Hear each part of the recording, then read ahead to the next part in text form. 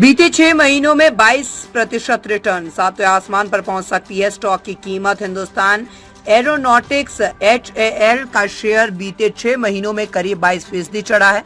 हालांकि financial year 2024 और 25 में कंपनी का रेवेन्यू सिर्फ 2% बढ़ा है। इसकी इंजन की कमी सहित कुछ दूसरी वजह भी रही है। HAL की सबसे बड़ी खासियत इसकी ऑर्डर बुक है। कंपनी की ऑर्डर बुक 1,84,000 करोड़ रुपए है, जो इसके सालाना रेवेन्यू की 6 गुना है।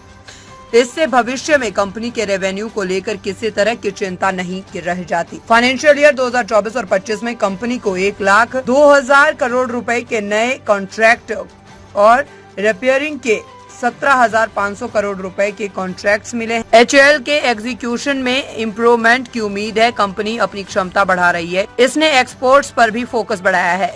इससे आगे ग्रोथ अच्छी रहने की उम्मीद है। सरकार देश में ही डिफेंस इक्विपमेंट के उत्पादन पर जोर दे रही है। इसका मतलब है कि जिन डिफेंस इक्विपमेंट का अब तक इंपोर्ट हो रहा था, उनका अब देश में ही उत्पादन होगा।